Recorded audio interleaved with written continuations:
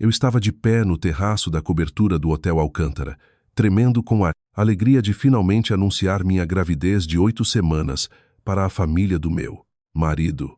Em vez de comemorar, minha sogra atirou uma taça de cristal com champanhe diretamente nos meus pés e me acusou de amarrar uma barriga de silicone para roubar um fundo fiduciário de 30 milhões de reais.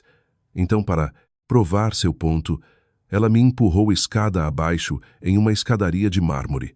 7 meses depois, eu entrei na festa de gala da alta sociedade deles e destruí todo o seu império. Antes de continuar esta história, deixe-me saber de onde você está assistindo nos comentários abaixo. Curta e se inscreva, se você já teve que lutar contra uma família tóxica que achava que poderia quebrar você. O champanhe se estilhaçou contra o piso de mármore italiano importado, enviando um jato de álcool caro e vidro afiado pelos meus tornozelos. Fiquei completamente paralisada, olhando para a poça cintilante e depois para a mulher que acabara de jogá-la. Gisela, a indiscutível matriarca da família, estava de pé na minha frente, ofegante. Ela estava adornada com suas clássicas pérolas, um vestido de seda feito sob medida, projetando a imagem impecável da alta sociedade paulistana. Mas seu rosto estava contorcido em uma máscara de nojo visceral e feio, que nenhuma quantidade de maquiagem cara poderia esconder. O jazz suave, tocando nos alto-falantes do terraço, parecia uma zombaria da tensão, que sufocava nossa mesa de jantar particular. Você realmente acha que amarrar um adereço de silicone na cintura dá a uma garota da periferia da Zona Leste acesso à riqueza geracional? Gisela rosnou, sua voz ecoando pelas paredes de vidro. Todos nós conhecemos as estipulações do testamento. Lisandra, o avô de Breno foi muito claro. O fundo fiduciário de 30 milhões de reais só seria liberado quando Breno produzisse um herdeiro biológico. Você é estéril, Lisandra. Você tem sido estéril por 5 anos e nós não vamos ficar sentados aqui deixando você forjar um milagre para garantir um pagamento. Abri a boca para falar, mas minha garganta parecia paralisada. Eu havia planejado este jantar por semanas. Tinha imaginado as lágrimas de alegria, os abraços, a cura repentina de anos de dinâmicas familiares tensas. Em vez disso, eu estava em julgamento. Como perita contábil, passava meus dias descobrindo fraudes e analisando teias financeiras complexas. Eu me orgulhava de ver a verdade escondida nos números, mas, parada ali, olhando para as pessoas que eu chamava de família, percebi que havia perdido a decepção mais gritante de todas. Meu cunhado, Cássio, recostou-se em sua cadeira de couro e soltou uma risada seca e zombeteira. Ele ajustou seu relógio caríssimo, balançando a cabeça como se estivesse assistindo a um programa de televisão mal escrito. Ao lado dele, sentava-se sua esposa, Pietra. Pietra era loira e vinha de uma família que Gisela constantemente me lembrava possuir o verdadeiro dinheiro velho dos barões do café. Pietra deu um gole lento e deliberado em seu dry martini e olhou para mim com uma expressão de pura pena. Qualquer um pode comprar um ultrassom falso na internet, Lisandra disse. Pietra, com um tom pingando condescendência. É honestamente muito cafona. Esperávamos algo melhor de uma perita contábil. Você passa a vida inteira auditando planilhas, então deveria saber que os números não mentem. Você não pode simplesmente inventar um bebê para equilibrar seu orçamento. Coloquei a mão na minha bolsa de grife. Minhas mãos tremiam incontrolavelmente, mas não era de medo. Era de uma fúria fria e crescente que se instalava no fundo do meu peito. Puxei o ultrassom oficial, o mesmíssimo pedaço de papel sobre o qual eu havia chorado de emoção poucas horas antes na clínica. Joguei-o sobre a imaculada toalha de linho branco, bem ao lado da taça de martini de Pietra. Ligue para a clínica, eu disse, mantendo minha voz perigosamente nivelada. Ligue para eles agora mesmo. O número de telefone está impresso bem ali no canto superior esquerdo. É real. Estou grávida de 8 semanas, e nenhuma quantidade do seu elitismo tóxico vai mudar o fato de que estou carregando uma criança. Virei meu olhar para Breno, meu marido, o homem com quem me casei há 10 anos, o Homem que me segurou enquanto eu chorava por 3 abortos devastadores. O homem que sabia exatamente o quanto tínhamos lutado por este momento. Esperei que ele se levantasse. Esperei que batesse o punho na mesa, exigisse respeito por sua esposa e expulsasse a mãe e o irmão do hotel. Breno olhou para o ultrassom, depois olhou para Gisela. Ele engoliu em seco, ajustando o colarinho enquanto uma gota de suor se formava em sua testa. Esfregou a nuca, evitando completamente meus olhos. Lisandra, amor, Breno murmurou, sua voz fraca e desprovida de qualquer traço de convicção. A mamãe tem um ponto. Você estava agindo de forma um pouco errática na semana passada quando achou que viu um teste positivo. O médico disse que os tratamentos hormonais poderiam mexer com sua cabeça. Deveríamos apenas nos acalmar e conversar com um profissional. Podemos conseguir ajuda psiquiátrica para você antes que isso vá mais longe. O ar sumiu dos meus pulmões. O jardim da cobertura, as luzes da cidade, a música, jazz, tudo girou em um borrão nauseante. Meu marido, o homem cujo iminente 36 grau aniversário, era o relógio bomba de uma herança de 30 milhões. Estava acreditando na palavra de uma mulher que me desprezava desde o dia em que nos conhecemos. Gisela sempre odiou que eu tivesse crescido na classe trabalhadora. Ela odiava que eu fosse uma mulher que se fez sozinha e que ganhava o dobro do que seu filhinho precioso ganhava. Ela queria que Breno se casasse com uma garota da sociedade como Pietra.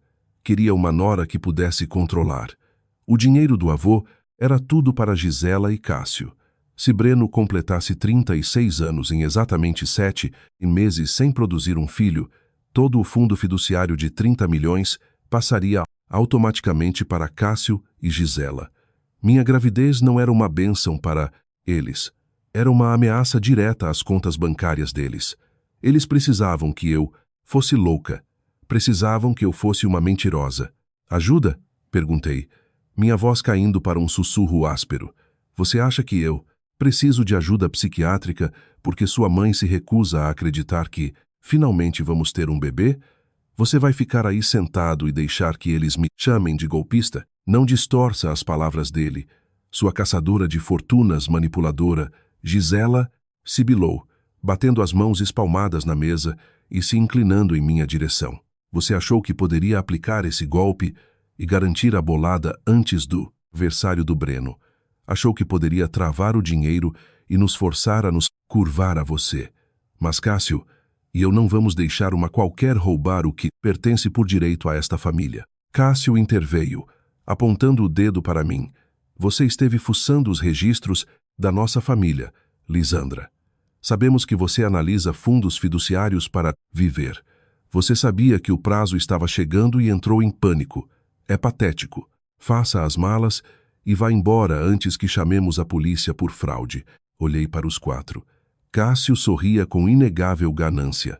Pietra olhava para as próprias unhas, agindo como se estivesse completamente entediada com meu coração partido.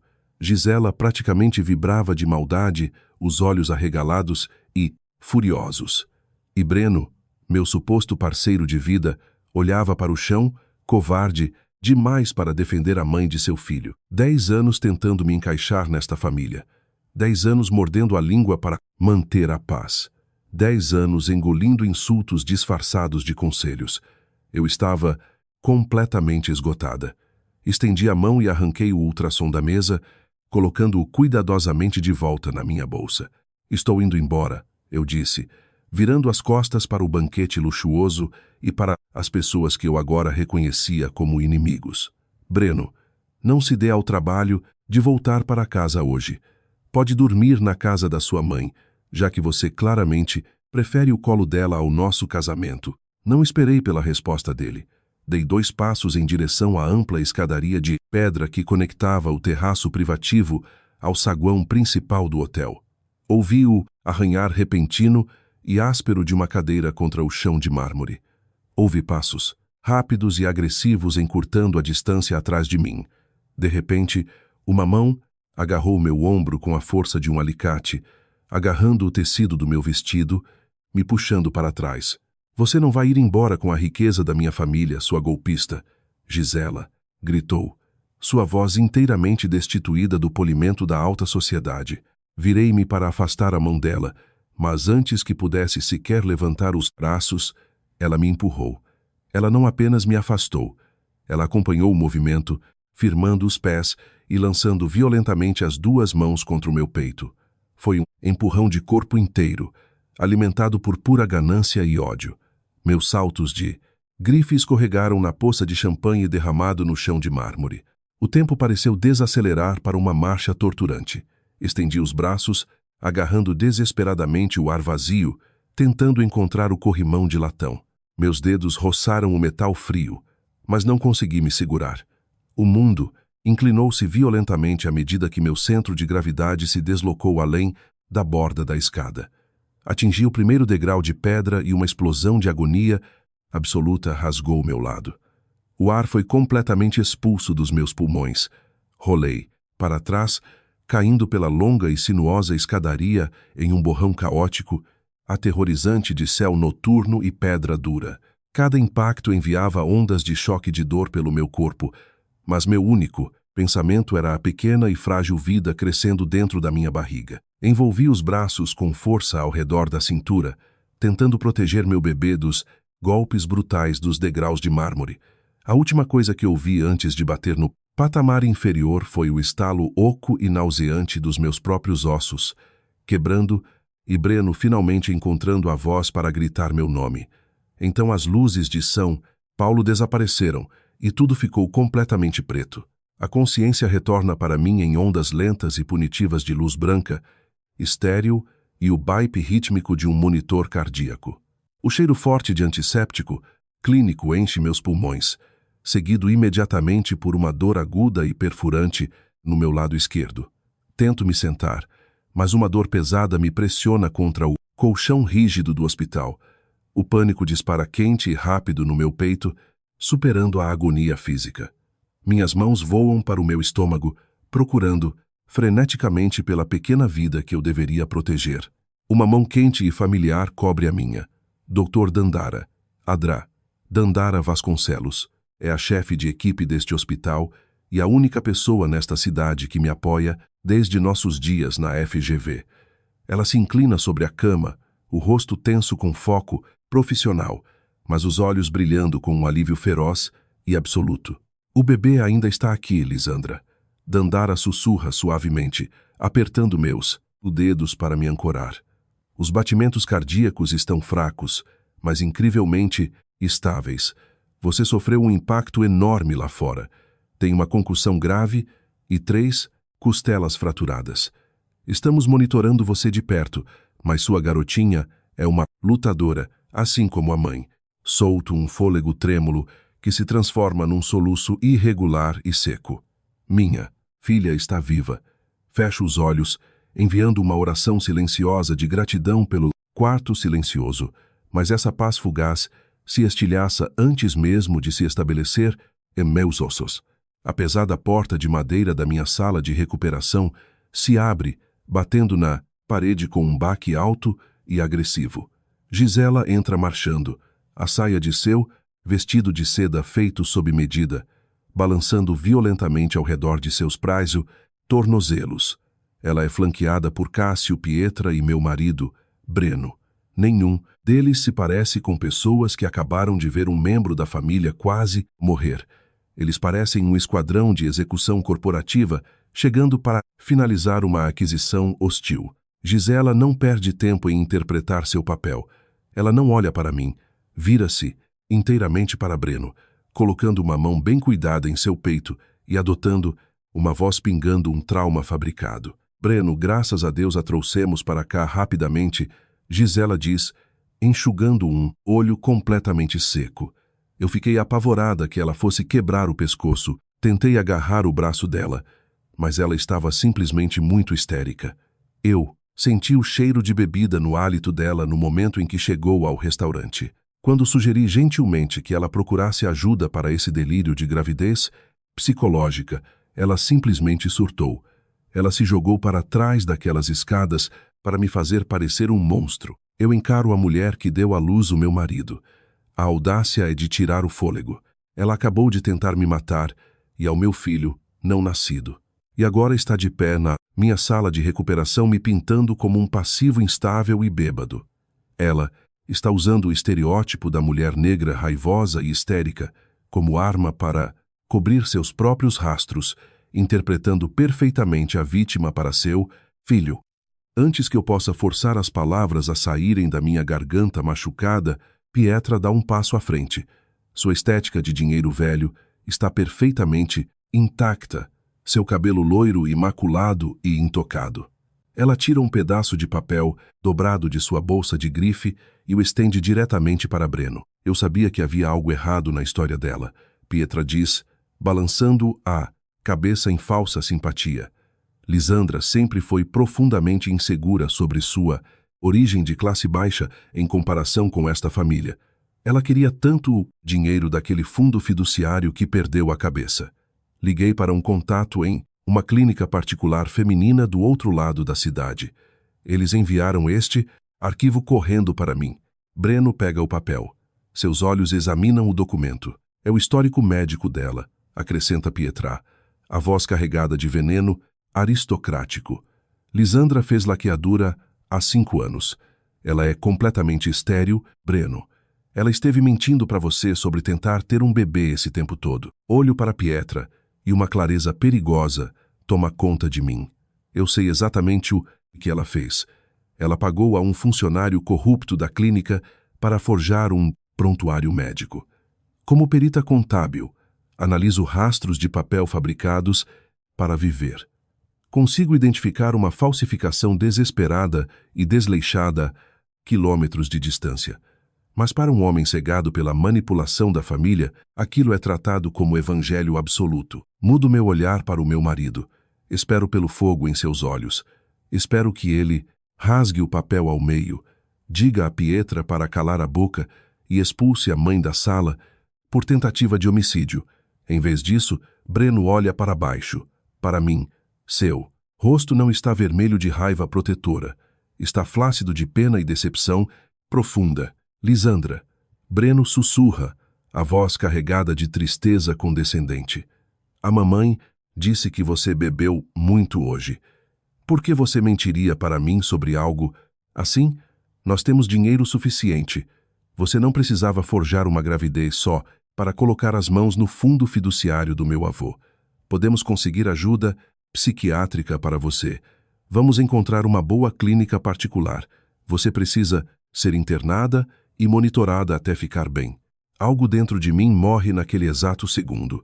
Os 10 anos de casamento, os sonhos compartilhados, as conversas tarde da noite sobre o nosso futuro juntos evaporam no ar frio do hospital. Breno não é um parceiro. Ele é uma extensão, fraca e sem espinha dorsal da ganância da sua mãe.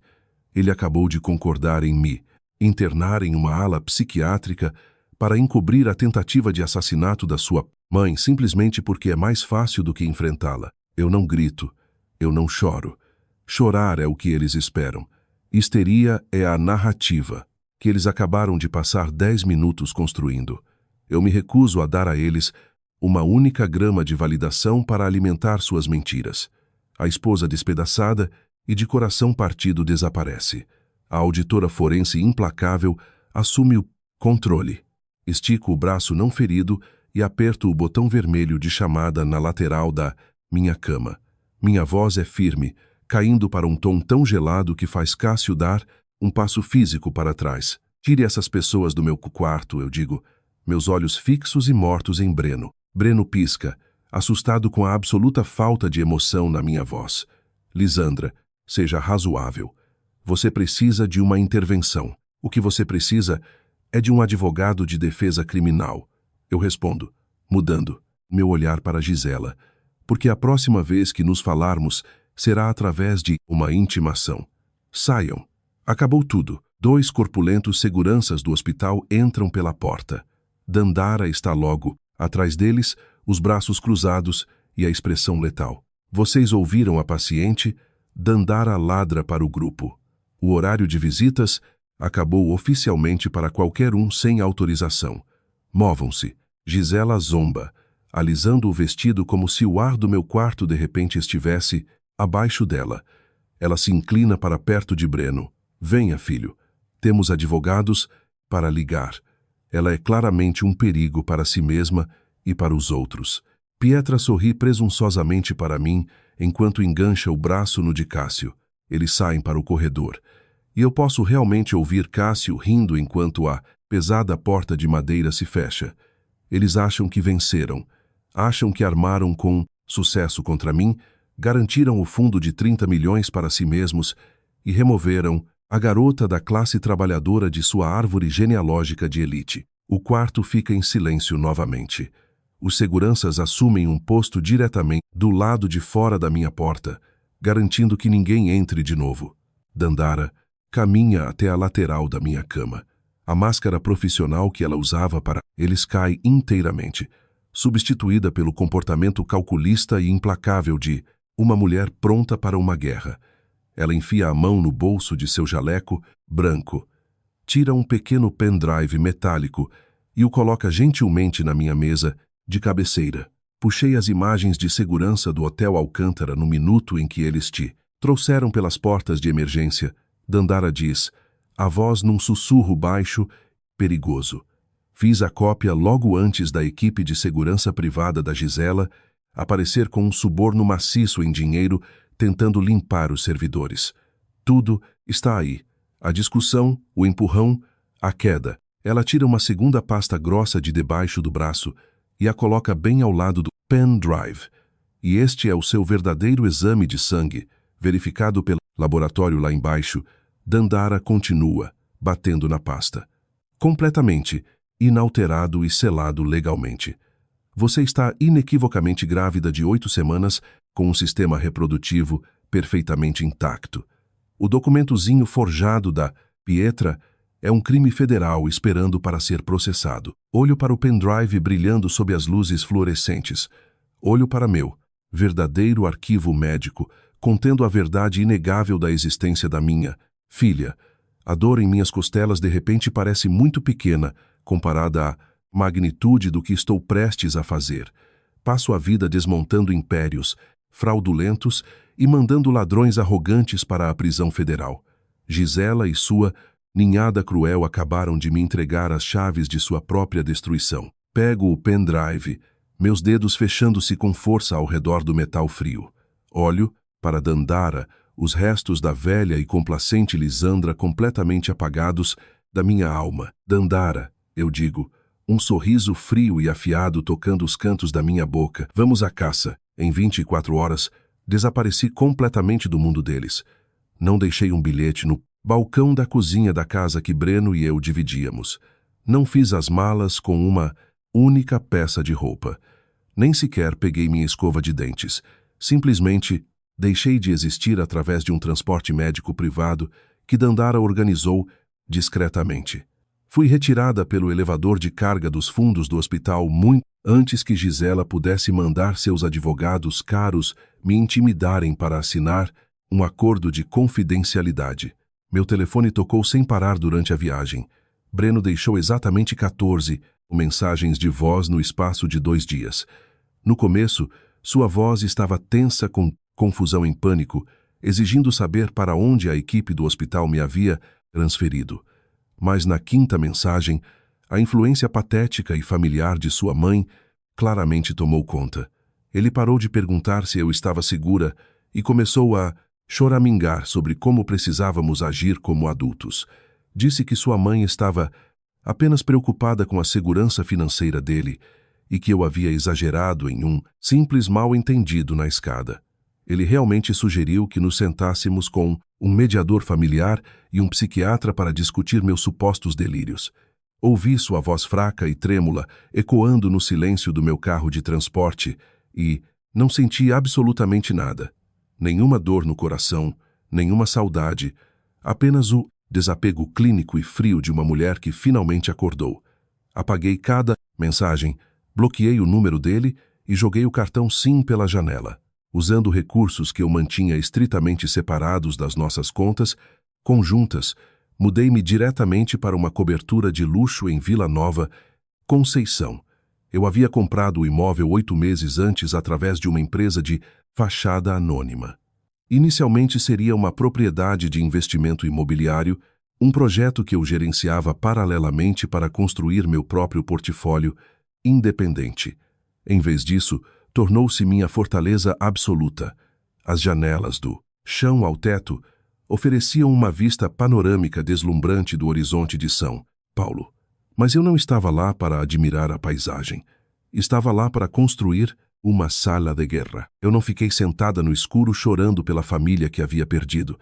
Não, perdi um único segundo lamentando o marido que ficou paralisado enquanto a mãe tentava violentamente acabar com a minha vida e a vida de nossa filha. O luto é um luxo reservado para mulheres que têm tempo e segurança para serem vítimas. Eu não tinha nenhum dos dois. Eu era uma mulher negra carregando uma filha que já havia sido alvo de predadores usando roupas de grife. Eu tinha trabalho a fazer. Montei meu centro de comando na enorme ilha de quartzo da cozinha.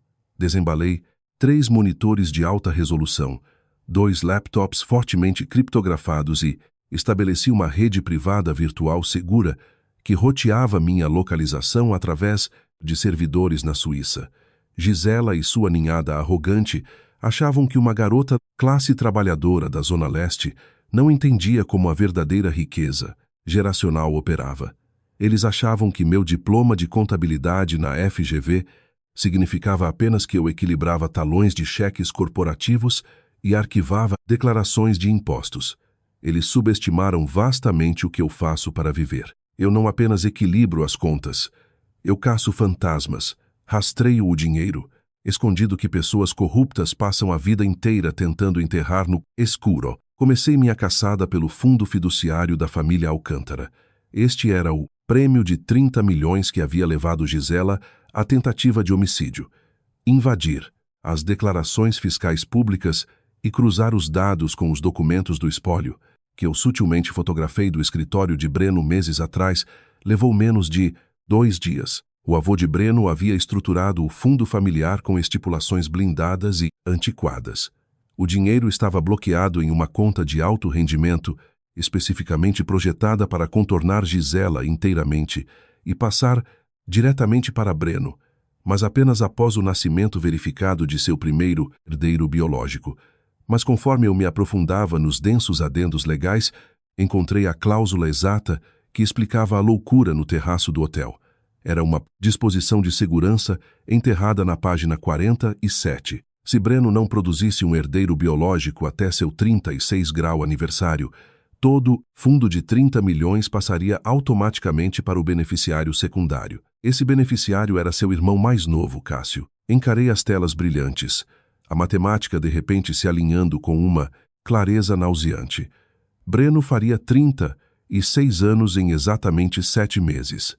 Meu bebê nasceria em 6 meses e meio. Gisela e Cássio não me odiavam apenas por causa da minha origem ou porque eu me recusava a me curvar à política de respeitabilidade tóxica deles. Eles precisavam de mim fora da jogada porque minha filha iria engatilhar o pagamento e interceptar permanentemente os 30 milhões com os quais eles contavam há anos. Precisavam que eu fosse estéril. Precisavam que eu fosse rotulada como uma mentirosa histérica para poderem anular facilmente o casamento antes da chegada do bebê. As peças do quebra-cabeça estavam se encaixando, mas meus instintos me diziam que algo ainda parecia errado. Cássio era inerentemente ganancioso, mas também era notavelmente preguiçoso. Ele vivia um estilo de vida luxuoso e excessivo, ostentando constantemente nas redes sociais sobre seus supostos investimentos imobiliários e financiando os gostos notoriamente caros de sua esposa Pietra. No entanto, sua renda real e documentada de sua posição de nível médio na empresa da família não sustentava uma fração de seus gastos imprudentes. A matemática simplesmente não fechava. Mudei meu foco do fundo fiduciário e concentrei-me no portfólio corporativo de Cássio. Invadi as empresas de fachada que Cássio gerenciava sob o guarda-chuva corporativo da Alcântara. Era um labirinto de ofuscação financeira deliberada. Levei horas de auditoria implacável, rastreando transferências eletrônicas através de contas offshore empresas fantasmas e faturas falsas de fornecedores. Mas finalmente eu o encontrei. Havia um enorme buraco sangrando nas contas operacionais primárias da empresa da família. 10 milhões de reais haviam sido metódica e ilegalmente desviados nos últimos 3 anos. O roubo foi sistemático, drenando os ativos líquidos da empresa gota a gota para evitar o acionamento de alarmes internos. Mas a parte mais chocante não foi o dinheiro desaparecido. Foram os formulários de autorização.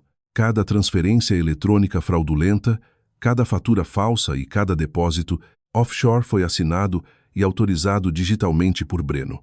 Puxei os escaneamentos de alta resolução das autorizações digitais e meu sangue gelou. As assinaturas eram correspondências absolutamente perfeitas da caligrafia de Breno, mas eu gerenciava cada aspecto das finanças pessoais e profissionais dele.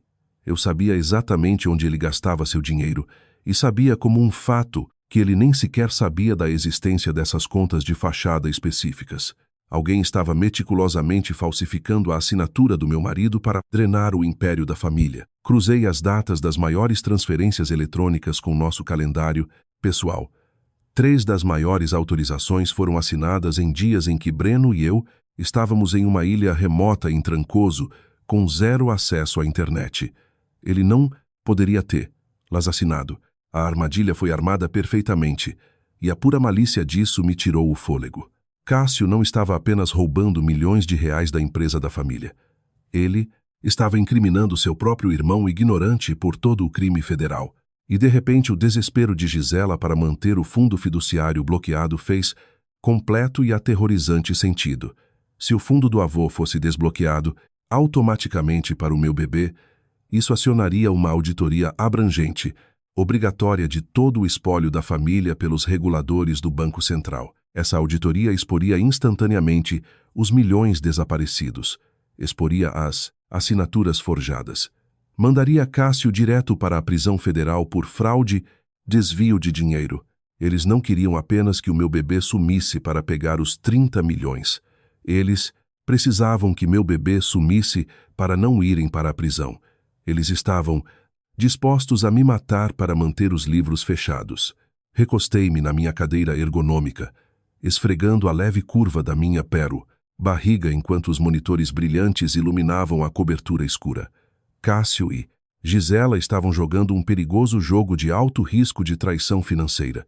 Mas, enquanto eu encarava as infinitas fileiras de transações fraudulentas, uma nova pergunta ardente surgiu. Milhões de reais haviam desaparecido no ar.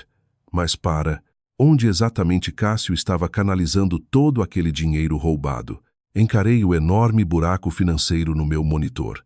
Cássio era inerentemente ganancioso, mas não era um gênio do crime.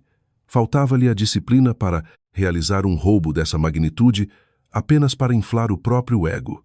Ele precisava de um motivo para arriscar décadas em uma prisão, e eu sabia exatamente para onde olhar a seguir. Mudei meu foco de Cássio e voltei minha atenção completa para sua esposa. Pietra passara os últimos 5 anos transformando minha vida em um inferno. Ela era a filha loira e imaculada da família Junqueira, uma linhagem que Gisela adorava com desespero patético. Gisela constantemente desfilava a Pietra por aí como o padrão supremo da sociedade adequada.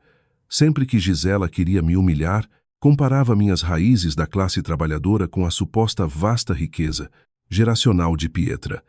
Pietra interpretava o papel de forma impecável. Usava vestidos de grife vintage, passava o verão na Europa, e nunca perdia a Ponto Visaybrand e nunca perdia a Seva Broad. Oportunidade de me lembrar que o dinheiro dos Alcântara era dinheiro novo, enquanto o dinheiro dos Junqueira era história. Abri uma nova janela de busca criptografada. Ignorei as verificações de crédito, padrão e mergulhei direto em avaliações de impostos municipais, bancos de dados, públicos de imóveis e pedidos federais de falência. Procurei pela fazenda histórica da família Junqueira no interior de São Paulo. Pietra adorava falar sobre aquela vasta propriedade histórica, ostentando sobre seus jardins e seu legado. Ela sempre afirmava que seus pais estavam simplesmente descansando a propriedade para a temporada. Levei exatamente 20 minutos para desvendar uma mentira que havia enganado Gisela e toda a elite paulistana por uma década inteira. A verdade brilhando na minha tela era absolutamente gloriosa. A prestigiosa família Junqueira estava completa e totalmente falida. Puxei os documentos legais de execução hipotecária e li os detalhes amargos. O banco havia discretamente confiscado a propriedade histórica, exatamente há 3 anos.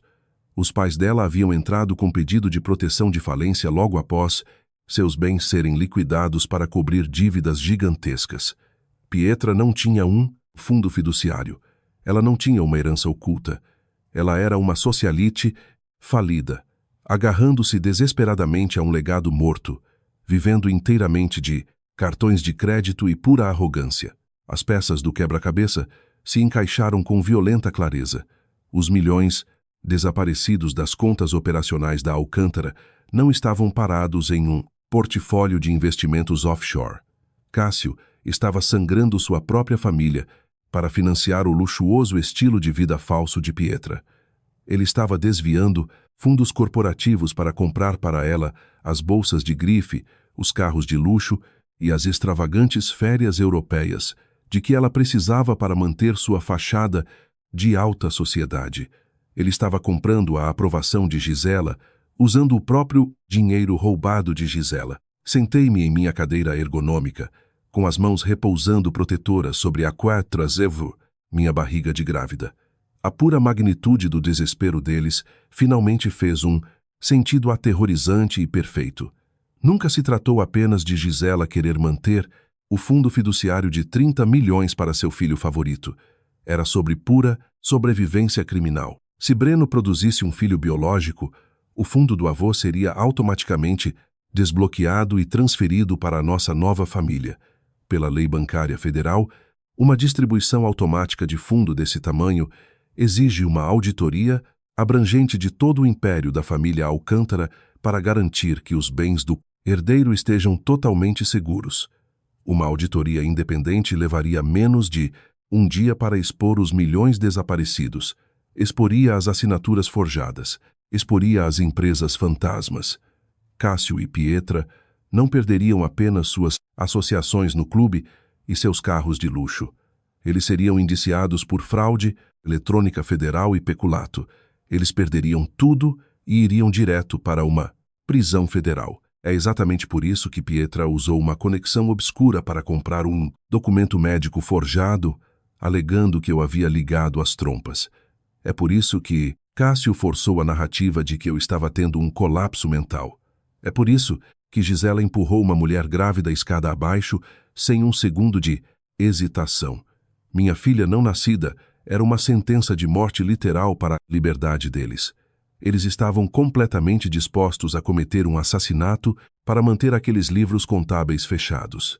Uma calma fria e afiada se apoderou de mim. Eles achavam que tinham eliminado a ameaça.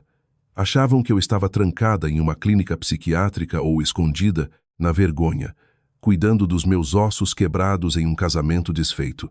Eles não faziam a menor ideia de que eu estava sentada numa cobertura de luxo, segurando as chaves digitais das celas da prisão deles. Eu tinha um motivo, eu tinha o crime, eu tinha os recibos, só precisava do palco perfeito para executar a ruína deles. De repente, um sino agudo quebrou o silêncio pesado da sala. Uma notificação apareceu no meu monitor secundário. Era um e-mail roteado por 3 servidores proxy internacionais diferentes para ocultar a localização do remetente. O remetente era anônimo, mas o arquivo anexo era altamente classificado. Era um memorando interno vazado diretamente do escritório corporativo da Alcântara por um delator que claramente notara as discrepâncias financeiras e sabia que eu era a única auditora que poderia decodificá-las. Abri o arquivo fortemente, criptografado, e meus olhos varreram o papel timbrado da empresa. Gisela e Cássio não estavam esperando a poeira baixar. Estavam se movendo agressivamente para garantir seu império roubado. O documento descrevia um enorme evento privado chamado Gala do Legado. estava programado para ser realizado no clube mais exclusivo da cidade. A lista de convidados incluía todos os grandes investidores políticos e socialites de São Paulo, mas foi a data da gala que fez meu sangue gelar. Gisela havia agendado o evento para o dia exato do 36º aniversário de Breno. O memorando detalhava o verdadeiro propósito da noite. Sob o pretexto de celebrar a história da família, Gisela iria usar a gala para anunciar formalmente que Breno havia falhado em cumprir as condições do testamento do avô. Ela iria transferir publicamente o fundo de 30 milhões diretamente para o nome de Cássio e Coroá, o único gestor executivo de todo o Império Alcântara. Eles planejavam roubar a empresa às cegas e comemorar sua vitória na frente de toda a cidade. Olhei para a data no calendário pendurado acima dos meus monitores. Faltavam 4 semanas para o aniversário de Breno. Eu estaria exatamente com 8 meses de gravidez na noite do precioso gala do legado deles. Fechei o laptop e caminhei até as janelas que iam do chão ao teto, olhando as luzes cintilantes de São Paulo. Coloquei as 2 mãos na barriga crescente, sentindo um chute forte e repentino contra minha palma. Gisela queria dar uma festa luxuosa para comemorar seu brilhante engano. Queria ficar num palco coberta de diamantes roubados e finalizar seu crime perfeito, enquanto a cidade aplaudia. Eu sorri, deixando o reflexo frio do vidro lavar o meu rosto. Eu ia dar a ela uma festa que ela nunca esqueceria. 7 meses evaporaram no zumbido silencioso da minha cobertura. O calendário na parede avançava dia a dia, marcando o crescimento constante e rítmico da vida dentro de mim. Agora estou exatamente com 8 meses de gravidez. Minha filha está saudável, forte e incrivelmente ativa. Cada chute agudo contra minhas costelas é um lembrete constante de exatamente por que me afastei da família. Alcântara. Não passei estes últimos 7 meses chorando sobre um casamento desfeito ou de luto por um marido que me atirou aos lobos. Passei-os construindo uma fortaleza financeira e legal inescapável. Quando você desaparece completamente da vida de um narcisista, você dá a ele a corda que ele precisa para se enforcar. Mantive absoluto silêncio de rádio. Não respondi a um único e-mail de Breno. Ignorei as mensagens de voz fracas e confusas que ele deixou nas primeiras semanas, onde vacilava entre exigir que eu voltasse para casa e me implorar para me internar em um retiro de bem-estar. Mudei de número, apaguei minha pegada digital e existi inteiramente dentro das paredes seguras do prédio que comprei. Eles achavam que tinham me afugentado para as sarjetas de São Paulo. Não faziam ideia de que eu estava 30 andares acima, observando cada movimento deles. Enquanto Gisela e Cássio estavam ocupados planejando sua aquisição hostil, eu trabalhava silenciosamente nas sombras com um dos litigantes corporativos mais implacáveis da cidade. O nome dele é Macedo, e ele não negocia, ele oblitera. Levei a ele o enorme buraco sangrento que encontrei nas empresas de fachada de Cássio e juntos transformamos minha auditoria forense numa arma de destruição em massa. Não redigimos apenas um pedido de divórcio padrão. Construímos uma guilhotina legal desenhada para cortar cada vínculo entre mim e a linhagem dos Alcântara, enquanto simultaneamente expunhamos o império deles às autoridades federais. Macedo e eu sentamo-nos na minha enorme ilha de quartzo da cozinha, organizando meticulosamente cada documento forjado, cada transferência offshore e cada fatura falsa que Cássio usou para desviar 10 milhões da empresa da família. Preparamos relatórios abrangentes de fraude financeira federal, incluindo um portfólio de fraude fiscal perfeitamente documentado. Foi encadernado com segurança e estava pronto para ser submetido diretamente à Polícia Federal e à Receita Federal. Mapeamos a trilha exata dos fundos corporativos roubados, provando sem sombra de dúvida que Cássio estava financiando o estilo de vida luxuoso de Pietra com dinheiro desviado da empresa. Cássio forjou a assinatura de Breno para drenar o fundo da família, e nós tínhamos as impressões digitais para provar isso, mas a ruína financeira do meu cunhado era apenas metade da batalha. Os laços pessoais cortados precisavam ser igualmente absolutos. Macedo elaborou papéis de divórcio blindado, citando diferenças irreconciliáveis e grave sofrimento emocional. O acordo de custódia foi elaborado com zero espaço para debate. Exigi custódia legal e física total da nossa filha não nascida. Breno teria direito a visitas fortemente supervisionadas, apenas se um juiz o considerasse psicologicamente apto, o que, dada sua cumplicidade voluntária no delírio de sua mãe, seria um caso incrivelmente difícil de provar. Eu estava garantindo que a família Alcântara nunca tivesse a oportunidade de envenenar minha filha com sua ganância ou suas mentiras. Eles queriam afirmar que minha bebê não existia. Eu ia me certificar de que eles nunca a assegurassem quando finalmente percebessem a verdade. O silêncio total é uma ferramenta poderosa. Sem a minha presença para contradizer, lá, Gisela foi trabalhar fiando uma aula magistral em manipulação da alta sociedade. Através da Dandara e de alguns colegas leais, aprendi exatamente qual narrativa minha sogra estava alimentando ao círculo social paulistano. Gisela estivera sussurrando nos ouvidos de cada membro do conselho, do clube, bispo e investidor rico da cidade. A história dela era uma obra-prima teatral calculada, projetada para assassinar completamente o meu caráter, proteger a reputação de sua família. De acordo com Gisela, eu havia sofrido um colapso psicótico trágico. Ela disse a todos que queriam ouvir que minha incapacidade de conceber havia estilhaçado minha compreensão da realidade, forçando-me a comprar uma barriga de silicone para prender seu filho.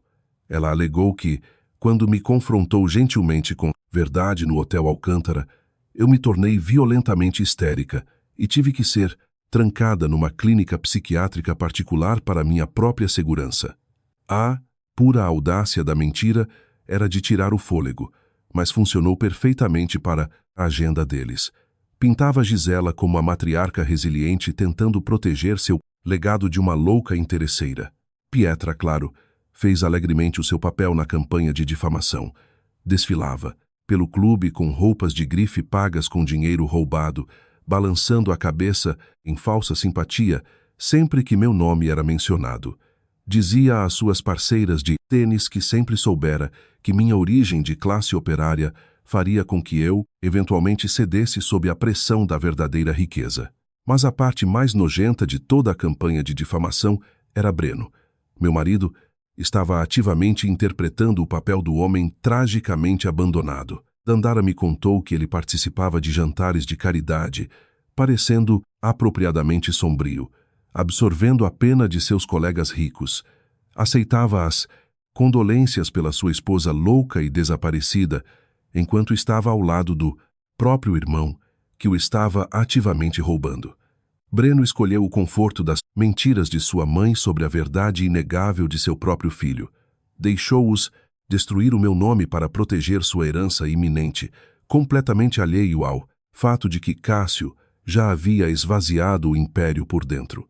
A covardia de Breno solidificou o último bloco de gelo restante em meu coração.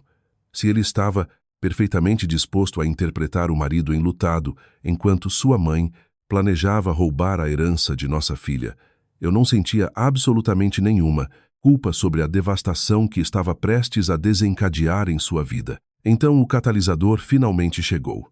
Era uma tarde de terça-feira quando o pacote foi entregue ao porteiro do meu prédio. Um ex-colega leal da minha empresa de contabilidade o havia encaminhado, reconhecendo meu nome na lista de convidados e sabendo que eu gostaria de ver. Levei o envelope grosso para minha cobertura e o abri. Dentro, descansando sobre um leito de veludo preto, estava um lindo convite com detalhes em ouro. O papel cartão grosso estava gravado com o brasão da família Alcântara. Era o convite formal para a gala do legado, o evento que Gisela planejara meticulosamente para cimentar seu controle absoluto sobre a riqueza da família. O código de vestimenta impresso na parte inferior dizia Black Tie estrito. Olhei para a data e um sorriso frio se espalhou pelo meu rosto.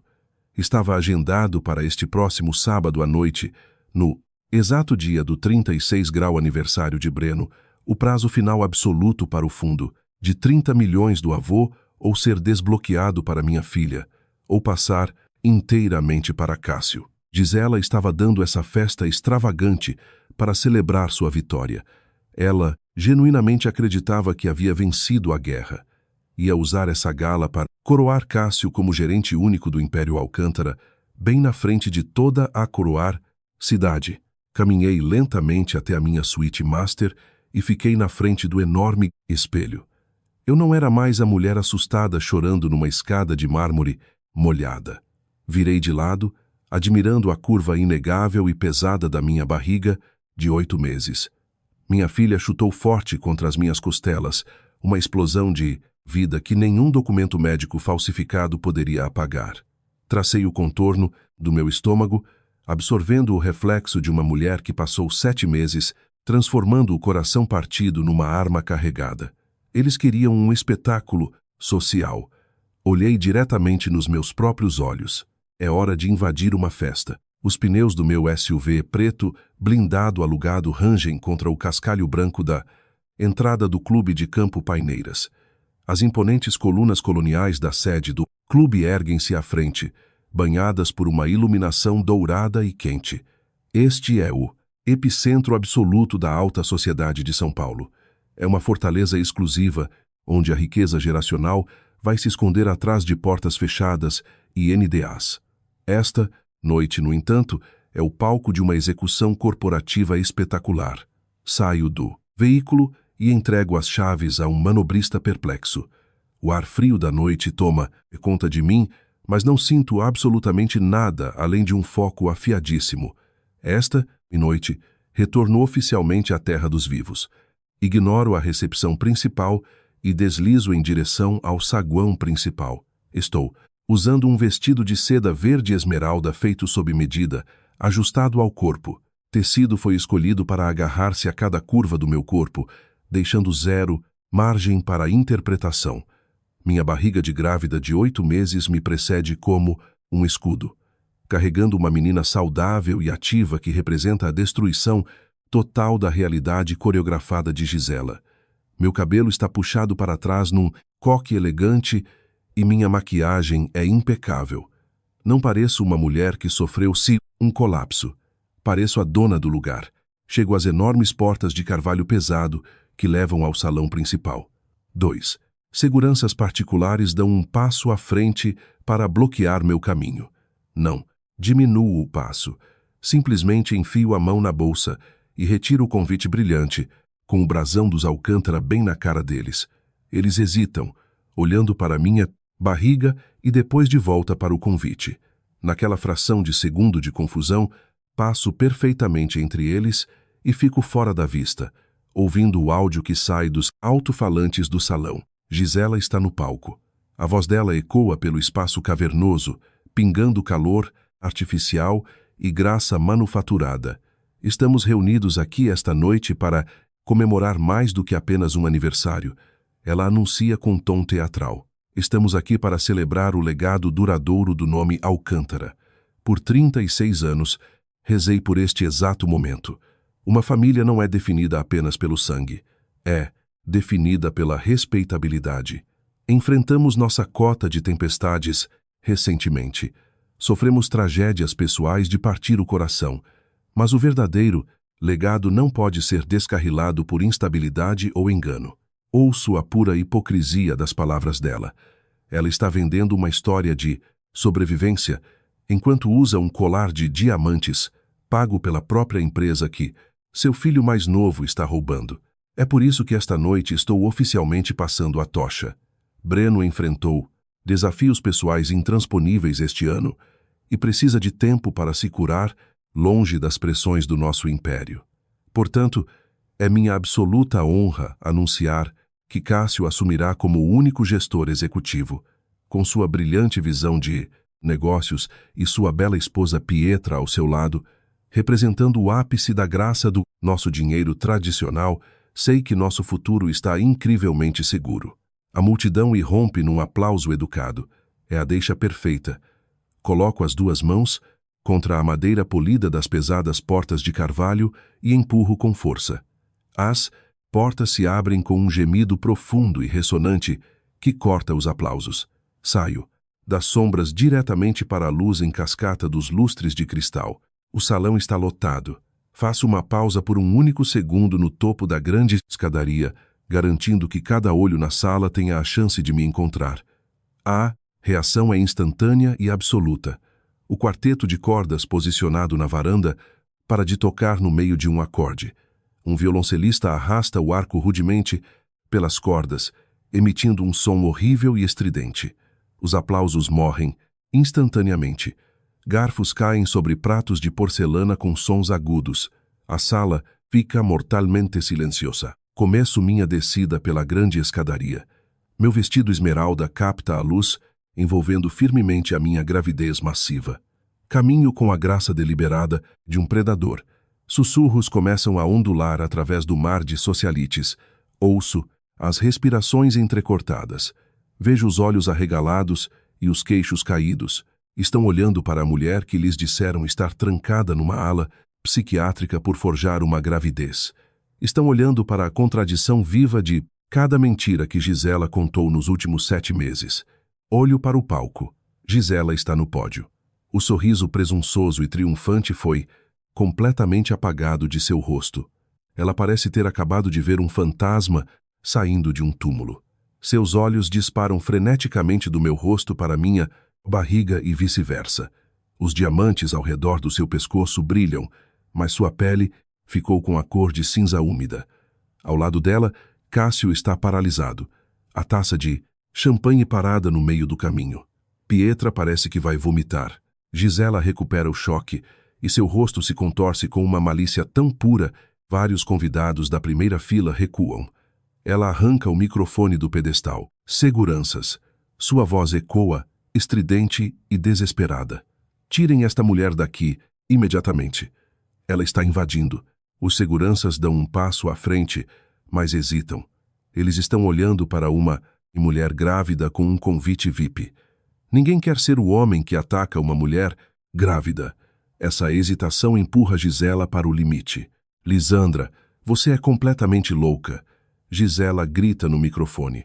Você perdeu o juízo vindo aqui esta noite? Você realmente ainda está usando esse patético adereço de silicone? Você acha que alguém aqui acredita nos seus delírios doentes? Tirem-na daqui antes que eu chame a polícia. Eu não quebro meu passo. Passo pelo palco e ando direto para a mesa VIP no centro da primeira fila. Breno está sentado ali. Ele está usando um smoking sob medida, mas parece um homem paralisado nos trilhos, vendo um trem de carga se aproximar. Seus olhos estão arregalados, travados na minha barriga. Ele passou os últimos 7 meses acreditando nas mentiras da mãe, aceitando a pena dos amigos. Agora está encarando a prova física inegável de sua própria covardia. Chego à beirada da mesa VIP. O silêncio é sufocante. Olho diretamente para os olhos aterrorizados do meu marido. Breno não consegue falar. Seus lábios se abrem, mas nenhum som sai. Ele está tremendo. Não digo uma palavra. Estico a mão e agarro a mão direita dele. A pele dele está fria e suada. Puxo a mão dele para cima, esbatendo-a contra a seda verde do meu vestido, pressionando-a firmemente no centro da minha barriga. Por uma fração de segundo, o salão fica suspenso. Breno me encara. Então, na hora certa, nossa filha dá um chute visível e violento diretamente contra o centro da palma da mão dele. O impacto é tão forte que chega a mover o tecido do vestido. Breno recua fisicamente. Um engasgo agudo rasga a sua garganta no silêncio da sala. Ele puxa a mão para trás como se tivesse sido queimado pelo fogo. Todo o sangue drena instantaneamente de seu rosto. Seus olhos arregalados de horror saltam do meu estômago para meu olhar frio e inflexível. Quando a realidade esmagadora da sua traição e da mentira monstruosa de sua mãe o atinge de uma vez só, ele arranca a mão de volta, tropeça para trás, bate na cadeira e a derruba, com um estrondo. Você está realmente... Ele gagueja, a voz num sussurro. Mas os documentos... A mamãe disse. Eu o corto com um olhar gelado. Não digo uma palavra de conforto. Dou-lhe um olhar tão desprovido de calor humano que vejo a respiração dele falhar. Gisela, assistindo a tudo do palco, entra em pânico. A fundação de sua narrativa virou pó. Ela precisa de uma nova arma para sobreviver à queda social. Desce do palco marchando em direção à mesa VIP e muda de tática. Então você engravidou. Gisela grita, a voz vibrando com o traje fabricado. Todos nós sabemos que Breno não é o pai. Você está apenas tentando passar o bastardo de um estranho para roubar nossa riqueza. Ousadia que envia um suspiro coletivo pela sala. Gisela está jogando sua última cartada desesperada. Breno olha para a mãe e depois para mim, buscando permissão para não sentir a culpa que o esmaga. Ele se afasta de mim. Eu não levanto a voz. O pânico é para quem está perdendo, e eu já venci a guerra. Mantenho a quietude absoluta. Abro o fecho dourado da minha bolsa de grife. Retiro um documento dobrado e carimbado com selos oficiais. Dou 2 passos e solto o documento no prato imaculado de Gisela. O papel pesado atinge a porcelana com um baque satisfatório. Teste de paternidade pré-natal não invasivo, eu digo, com uma autoridade silenciosa e letal que comanda a atenção de cada alma no salão. Conduzido por uma instalação médica licenciada pelo governo federal, supervisionado por 2 geneticistas independentes e com firma reconhecida. 99,9% de correspondência. Breno é o pai. O silêncio retorna. Gisela olha para o documento no prato como se fosse um explosivo vivo. Sua boca cai aberta. O rubor de suas bochechas some, deixando-a parecendo velha e completamente derrotada. A segunda mentira foi executada publicamente. Não há narrativa alternativa. Breno solta um som estrangulado. Pega o documento com as mãos tremendo. Lê resultado e olha para mim, as lágrimas finalmente brotando em seus olhos. A ilusão grandiosa está estilhaçada. Gisela é exposta como uma quase assassina, mentirosa. Breno como um covarde sem espinha. O fundo fiduciário de 30 milhões está oficialmente desbloqueado e vinculado legalmente à criança dentro de mim. E essa realidade específica é o gatilho que finalmente quebra Pietra. Pietra sabe que se meu bebê herdar o fundo, os reguladores vão auditar as contas da Alcântara na segunda-feira de manhã. Ela sabe que descobrirão as faturas falsas e as contas offshore. Ela empurra Cássio e marcha em minha direção, vermelha de pânico incontrolável, tentando proteger o dinheiro que ela usa para cobrir o desvio de fundos. Você ainda é apenas uma golpista favelada, Lisandra. Pietra grita com pânico, desequilibrado. Você não sabe gerenciar a verdadeira riqueza. Cássio e eu somos o futuro desta família. Olho para o suor de pânico na testa dela e para o rosto apavorado de Cássio ao perceber que a esposa acabou de reivindicar publicamente o dinheiro que eles estão roubando ativamente. Eu esperava que você dissesse isso, Pietra. Eu digo. Passo por Breno e subo as curtas escadas que levam diretamente ao pódio. Ninguém se move para me deter. Os seguranças estão paralisados. Gisela me observa enquanto eu simplesmente puxo o microfone da mão dela. Dou 2 toques no microfone. Os baques exigem a atenção de todos. Olho para a cabine audiovisual suspensa na varanda. Dou um aceno lento e deliberado ao técnico. Paguei-lhe uma taxa de 50 mil reais em dinheiro vivo para ignorar as instruções de Gisela. Bem na deixa, as enormes telas de projeção digital ficam pretas. As telas piscam de volta à vida, iluminando o salão escurecido com luz clara e registros públicos altamente condenatórios. O inegável selo do Tribunal de Falências é projetado para que todos vejam os documentos detalhando a liquidação total e completa dos bens da família Junqueira. Falo clara e uniformemente no microfone. A riqueza adequada, Pietra, a propriedade dos seus pais, foi retomada pelo banco há 3 anos. Você tem vivido de crédito e mentiras. Aponto para as telas. Os avisos de execução hipotecária da fazenda de café da família no interior, as ordens de retomada dos veículos de luxo e as dívidas massivas são expostos. O salão entra em colapso. Pessoas sacam os celulares, gravando a humilhação de Pietra, que cai na cadeira chorando compulsivamente, A maquiagem manchando o rosto. Gisela surta. Desliguem isso. Ela grita, abandonando todo o polimento. Seguranças, arrombem aquela porta. Mas o técnico trancou a pesada porta de aço por dentro. Viro minha atenção para Cássio. Ele sabe o que está vindo. Mas a verdadeira questão é: como Pietra tem comprado bolsas de 50 mil reais estando completamente falida? Estala os dedos para a cabine. Os documentos de falência somem, substituídos por uma teia complexa de transferências bancárias, registros de fios e contas offshore. Linhas vermelhas conectam as contas da Alcântara a empresas de fachada. Linhas verdes traçam o dinheiro para as contas de Pietra. Eis os 10 milhões de reais roubados diretamente da empresa em que as pessoas nesta sala investem ativamente, explico. O salão entra em caos absoluto. Investidores gritam do fundo da sala. Os membros da diretoria encaram os documentos, em pânico. Cássio perde a cabeça. O pânico de passar décadas em uma prisão federal desencadeia uma fúria selvagem. Ele solta um grito gutural e avança fisicamente em minha direção para me silenciar. Mas antes que ele possa me tocar, Breno finalmente intervém. Ele atinge o palco com velocidade explosiva e empurra violentamente o irmão contra as cortinas de veludo. O que ela está falando, Cássio? Breno ruge, a voz estrondosa cortando o caos. Ele está falando da sua completa ruína financeira, Breno. Eu digo, cortando-a. Fala de Cássio. Aceno para o técnico. As telas mudam para uma comparação lado a lado. À esquerda, a assinatura real de Breno. À direita, a assinatura forjada. Seu irmão forjou a sua assinatura mais de 40 vezes. Explico, andando pelo palco.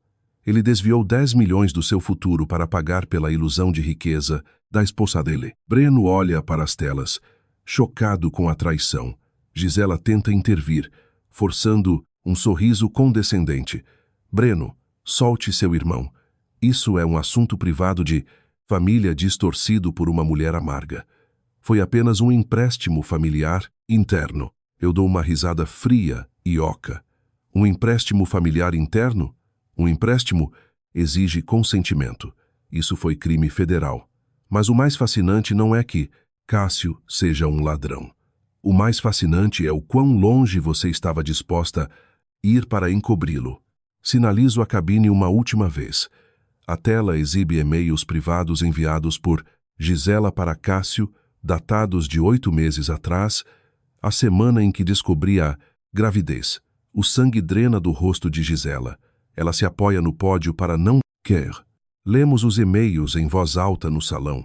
Se Lisandra der à luz esse bebê, o fundo do avô é desbloqueado e os auditores vão encontrar os 10 milhões perdidos. E você vai para a cadeia, Cássio. Temos que nos livrar dela. Temos que invalidar a gravidez.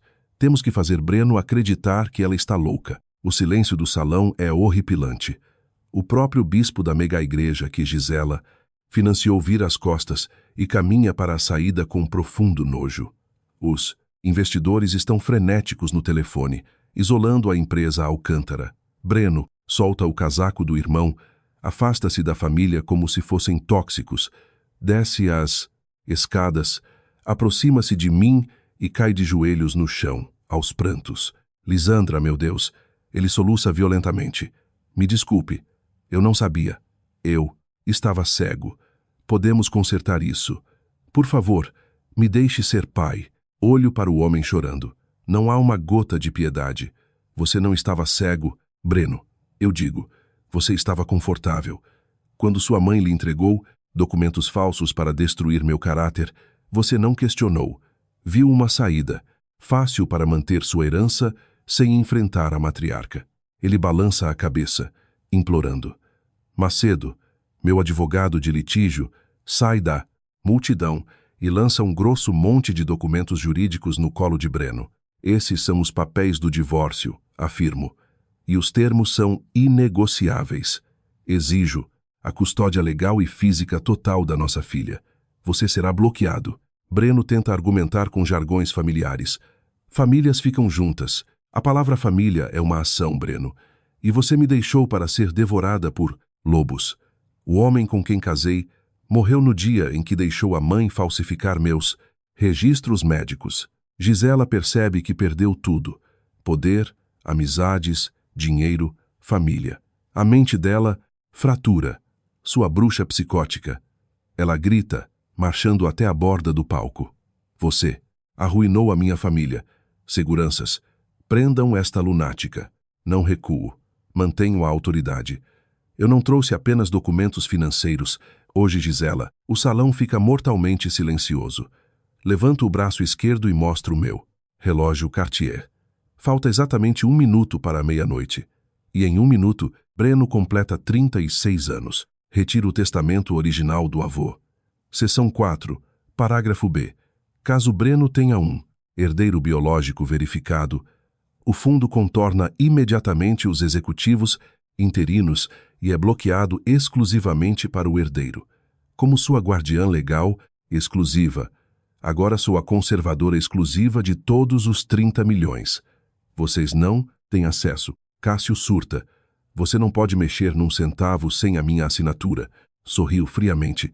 Você acha que eu subiria neste palco sem trancar as saídas? Eu submeti o dossiê à CVM e ao Banco Central às 3 da tarde de hoje. Suas contas offshore estão bloqueadas. Seu cartão corporativo não compra mais nenhum café. Você não tem nada. Gisela, enfurecida e sem saída, avança contra mim. Eu deveria ter te empurrado com mais força naquele terraço. Ela berra histericamente no microfone aberto. Deveria ter matado você e esse bastardo quando tive a chance. Todos ouvem a confissão pública de tentativa de homicídio. Mando sinal para a cabine e o vídeo de segurança daquela noite preenche a tela gigante. O salão entra em histeria. Breno vomita no tapete branco. E antes que Gisela possa correr, as portas do salão são arrombadas. Luzes azuis e vermelhas giram intensamente. A Polícia Civil e a Polícia Federal invadem a festa. O promotor de justiça entra e anuncia a prisão de Gisela por tentativa de homicídio e fraude. Gisela tenta resistir com os clichês clássicos. Sabe com quem está falando? Eu jogo golfe com o prefeito. Os policiais algemam ali mesmo. A PF prende Cássio e Pietra, que imediatamente joga a culpa no marido. A alta sociedade filma tudo com os celulares. A família é arrastada pelo salão num perp walk humilhante. No palco vazio, resta apenas Breno, aos prantos no chão. O que eu devo fazer agora? Ele sussurra. Aprender a viver no mundo real. Eu digo friamente. Conseguir um emprego. Pagar aluguel. Contratar advogados para sua família. Longe de mim, viro as costas e saio. O salão se afasta num misto de terror e respeito reverencial. Apenas o som do meu salto ecoando rumo à vitória. Macedo abre a porta do carro blindado que me espera lá fora. Sento-me, toco na barriga e sinto a minha filha chutar. A guerra acabou. Exatamente 1 mês depois, da minha cobertura em Vila Nova Conceição, tomo um chá, observando a metrópole de São Paulo. Gisela foi enviada sem direito à fiança para a penitenciária de Tremembé. Cássio está de tornozeleira eletrônica, aguardando julgamento. Breno mora num quartinho minúsculo na periferia industrial da cidade, pagando o preço de ser inútil e conivente.